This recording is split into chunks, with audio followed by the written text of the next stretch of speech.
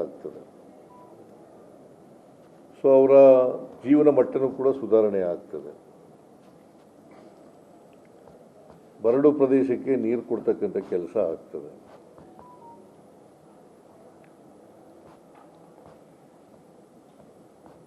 ಇವತ್ತು ವಿಶೇಷ ಕ್ಯಾಬಿನೆಟ್ ಸಭೆ ನಡೀತು. ಈ ಸಭೆಯಲ್ಲಿ ಇದೊಂದೇ ವಿಚಾರ ಚರ್ಚೆ ಮಾಡಿದ್ದೀವಿ. ಕಳೆದ ಕ್ಯಾಬಿನೆಟ್ನಲ್ಲೂ ಕೂಡ ಚರ್ಚೆ ಅಪೂರ್ಣ ಆಗಿತ್ತು. ಈ ಸಭೆಯಲ್ಲಿ ಚರ್ಚೆ ಮಾಡಿ ಸುಮಾರು 12:45 ಇಲ್ಲಿವರೆಗೆ ಚರ್ಚೆ ಮಾಡಿದ್ದೀವಿ. ಒಂದು ತೀರ್ಮಾನಕ್ಕೆ ಬಂದಿದ್ದೇವೆ. ರೈತರ ಜೊತೆಲೂ ಕೂಡ ಮಾತಾಡಿದ್ದೀವಿ. ರೈತ ಸಂಘಟನೆಗಳ ಜೊತೆ, ಹೋರಾಟ ಸಮಿತಿಯವರ ಜೊತೆಲೂ ಮಾತಾಡಿದ್ದೀವಿ. ಕೆಲವು MLAಗಳ ಜೊತೆಲೂ ಕೂಡ, ಆ ಭಾಗದ MLAಗಳ ಜೊತೆಲೂ ಕೂಡ ಮಾತಾಡಿದ್ದೀವಿ. ಮತ್ತು MB ಪಾಟೀಲು, ಶಿವಾನಂದ, ತಿಮ್ಮಾಪುರ, JT ಪಾಟೀಲ್ MLAಗಳು, ಬೇರೆಯವರು, ಮತ್ತು BJP MLAಗಳು ಕೂಡ ಜೊತೆಲೂ ಕೂಡ ಮಾತಾಡಿದ್ದೀವಿ.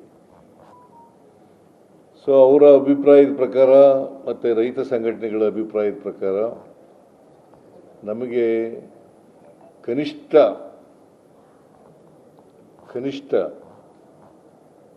ತರಿ ಜಮೀನಿಗೆ, ತರಿ ನೀರಾವರಿ ಜಮೀನಿಗೆ 40 ಲಕ್ಷ ಕೊಡಬೇಕು. ಖುಷ್ಕಿ ಜಮೀನಿಗೆ, ಅಂದರೆ ಒಣ ಭೂಮಿಗೆ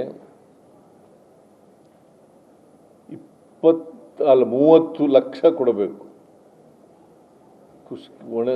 ತರಿ ಜಮೀನಿಗೆ, ನೀರಾವರಿ ಜಮೀನಿಗೆ 40 ಲಕ್ಷಕ್ಕೂ ಹೆಚ್ಚು. ಆಮೇಲೆ ಒಣ ಭೂಮಿಗೆ 30 ಲಕ್ಷಕ್ಕೂ ಹೆಚ್ಚು ಕೊಡಬೇಕು ಅಂತೇಳಿ ರೈತರು, ಹೋರಾಟಗಾರರು, ಮಂತ್ರಿಗಳು, MLAಗಳು, ಆ ಭಾಗದವರು ಹೇಳಿದ್ದಾರೆ.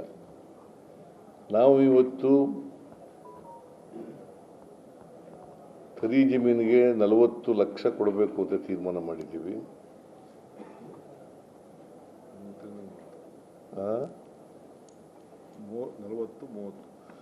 ಆಮೇಲೆ ಒಣ ಭೂಮಿಗೆ 30 ಲಕ್ಷ.